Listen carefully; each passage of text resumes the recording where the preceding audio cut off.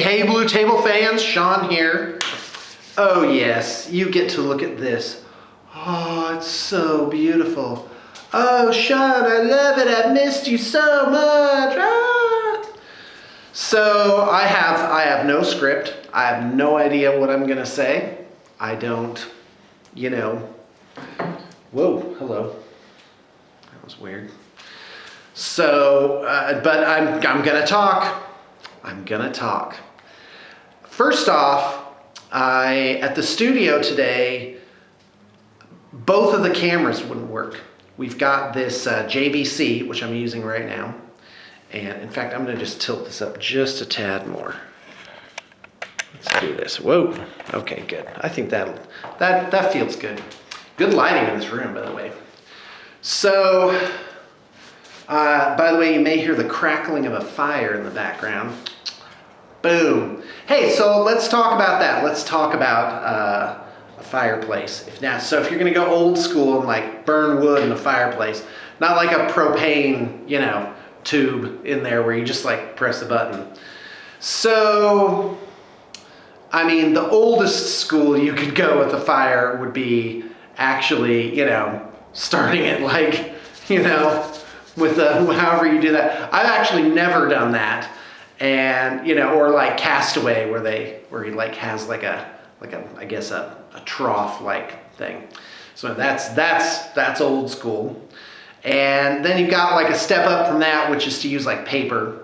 And when I was a kid, we lived in a 2-bedroom house that had a potbelly stove, and my dad actually welded that stove together.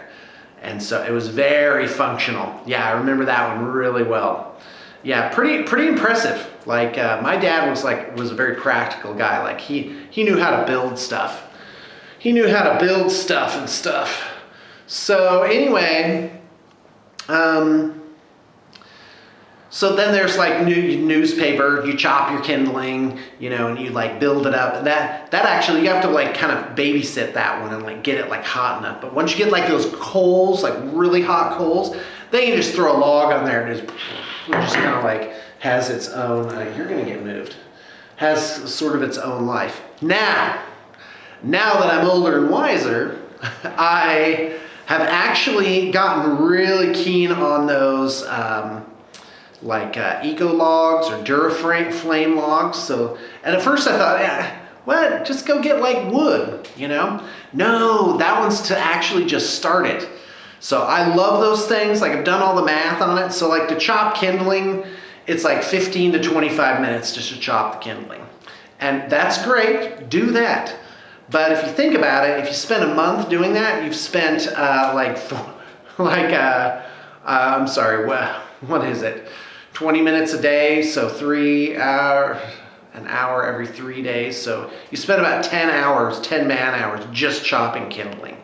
Of course, you could do it all at once, right? Maybe buy it in bundles or whatever. But if you're gonna buy your stuff, the you can get those logs for about $2.50. And I love them because you just put them on there. They're in paper, so you just light the paper on both ends, and the paper actually gets the log started. And then that produces like sort of this consistent flame that can actually get the wood going. So you can just kind of put a couple pieces of wood on there and just set it and forget it. Because if you try kindling and you don't like really babysit it, and like give it air or whatnot, then it can go out and then you just have kind of this smoky mess. So, right? All right. So I get to the studio and the JVC, the regular camera, it's like a red cylindrical thing, it won't charge. And I'm like, oh, what's going on? So, and then can't find the second battery for the good camera, which looks more like a regular, like a black thing with a telephoto lens or whatever on it. And that's where we take the good pictures from. And, in the history of BTP, so when I started, I noticed that most painting services, they just, they like take these awesome pictures, background, they put their logo on it. And, that probably is the better way to do it. But I'm just like, it's like, because I'm looking at it, I'm like, this is just regular stuff. This is like Wargamer, quality. Not criticizing it, I'm just saying it's a thing. And so I'm like, yeah, you can't put your best foot forward. And excuse me, how do I describe this? So like miniatures painting is like in the, I guess, the consciousness of the wargaming community. It's something you do for love. So for example, a lot of things you'll see, you know, if like a really awesome painted figure is like presented, it's like, oh, how long did that take you to paint? Oh, I don't know, I just picked away at it over the summer. That's them typing, by the way. And it's like, yeah, there's a huge difference between labor of love and commercially duplicatable, which of course is what a company like BTP has to do. Now, I'm not trying to turn this into an infomercial, but I can talk about whatever I want, right, guys? Just, yeah, when the subscribership gets to 0, I'll shut up. So I wonder how low it would have to get. 10. No, probably 0. So anyway, so you know, from the beginning I was determined not to do that. I'm just like, you know, I'm gonna take regular pictures of my regular stuff, and most of the time the feedback I get is they look a lot better in person. So it's a toughie, you know. I've kind of, in the end, I've kind of ended up with kind of this middle of the road, you know, type of photography that I do, and it's been a source of a lot of discussions around the studio. You know, like it's like, Sean, we should take the pictures, you know, on like a white background. And in the end, I'm just like, you know what? I want to take them like they were being played with, you know, with like backgrounds, regular background stuff, and just, you know, don't try and fancy them up. Just be like, this is our work. And quite frankly, if you look at the, I don't know, I think it's getting up to be 2,000 albums on Flickr. It's like, if you look at that, that's what you're gonna get. And so it's good advertising, I think. Like, you know, truth in advertising. Well, that's my take, at least. You know, I could be wrong, because like I've said before, I'm just a regular guy trying to make it all work. Well, let's talk about that. So personal / you know, metaphysical stuff.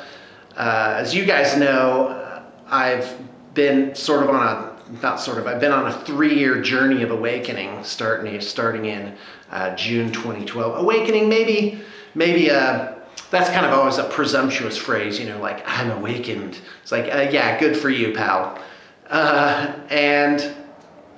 But it's been more like, let's say, self-examination. That's fair.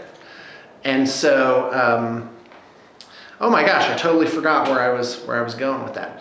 Oh, so it's like the ideas that I've been presented with in all these books that I've been reading is the idea of different types of effort. And so in life, it's, you know, the typical things, you know, you suffer, work, educate, you know, sacrifice, and you'll get ahead in life. And, you know, and is there a different way of going about things? And one author presents it as efforting effort.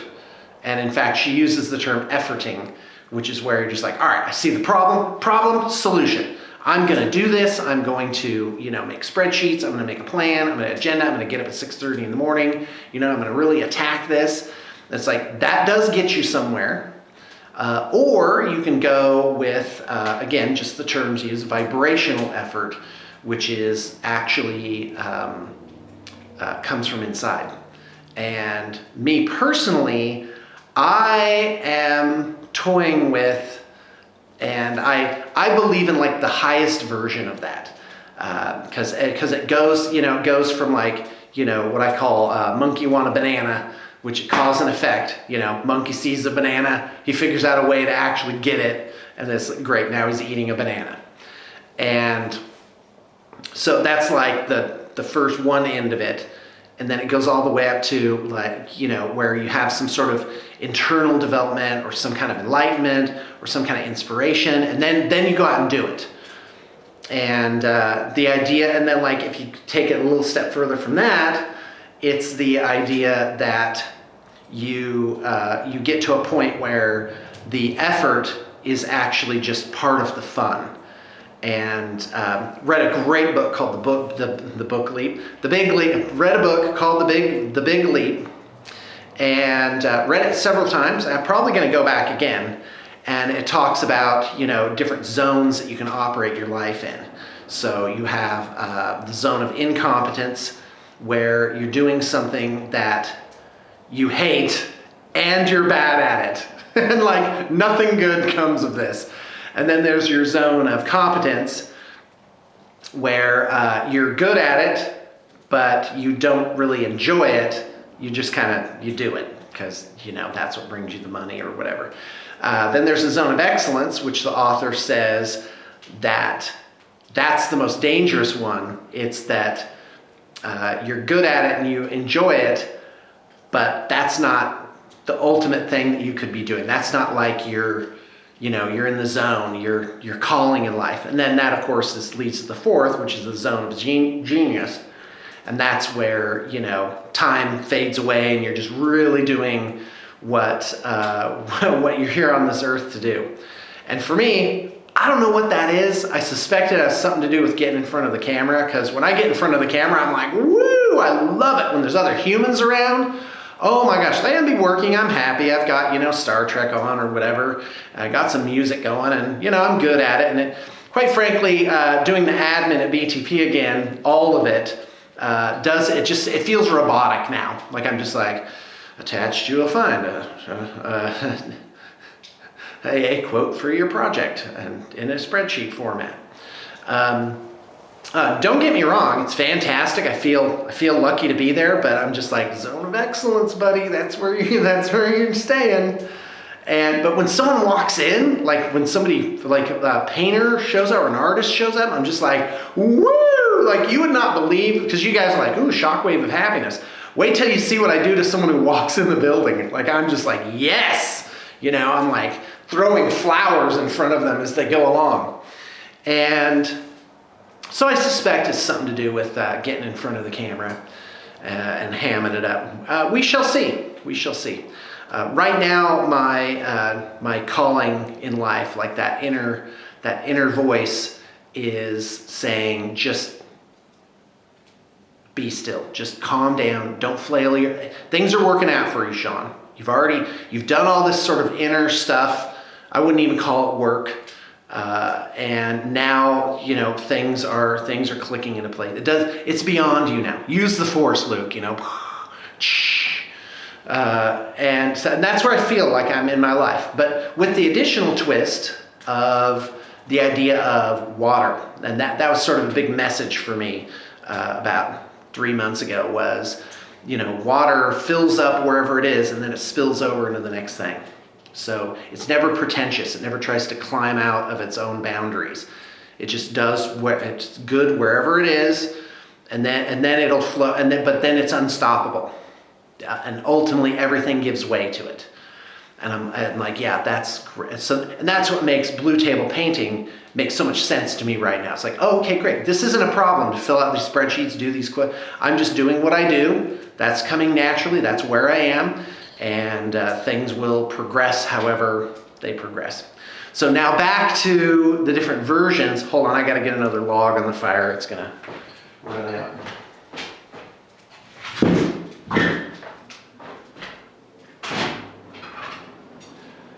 Oh, that's getting smoky. Come on, bud. There we go.